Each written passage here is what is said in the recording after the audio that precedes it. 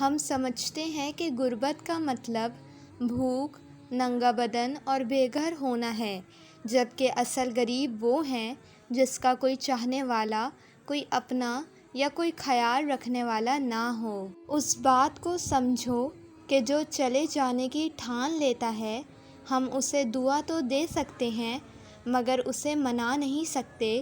حکم کن جب آئے گا تب دنیا کو دکھائیں گے ہم محبت، ابھی وہ ہمارا نہیں ہے، ابھی اس کے نام پہ اترا نہیں سکتے۔ قدرت اتنی پرفیکٹ ہے کہ آپ کے ہر عمل کا بدلہ ضرور لوٹاتی ہے۔ سکون فراہم کیجیے، یہ لوٹ کر آپ کے پاس آ جائے گا۔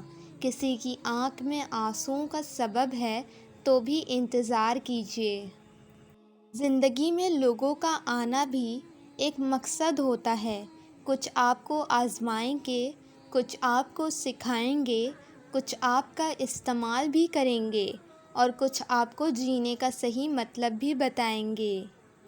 دل میں اترنے کے لیے سیڑھیوں کی نہیں بلکہ اچھے الفاظ اور اچھے اخلاق کی ضرورت ہوتی ہے۔ کسی کو ناراض کر کے اور کسی سے ناراض ہو کر نہیں سونا چاہیے۔ کیا پتہ ہم صبح جاگ ہی نہ سکیں یا وہی صبح ہمیں نہ ملے۔ اپنے دن کی ابتدا 3 چیزوں سے کیجیے: کوشش، سچ، یقین۔ کوشش بہتر اور نیک زندگی کے لیے، سچائی اپنے کام کے ساتھ، یقین اللہ کی ذات پر۔ شکر ادا کرنے کی وجہ نہیں ڈھونڈنی چاہیے بلکہ عادت ڈالنی چاہیے، کیونکہ شکر گزار لوگوں سے اللہ بڑی محبت کرتا ہے۔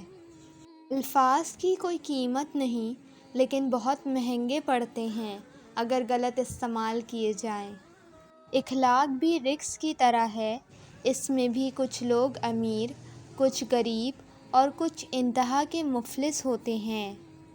اگر آپ حرام چھوڑ دیں، جس چیز سے منع کیا جا رہا ہے اس کو اللہ کے لیے ترک کر دیں تو اللہ وہی چیز کچھ ہی عرصے میں آپ کو حلال بنا کر دے دے گا۔ یہ امام ابن قیم نے 700 برس پہلے کہا تھا۔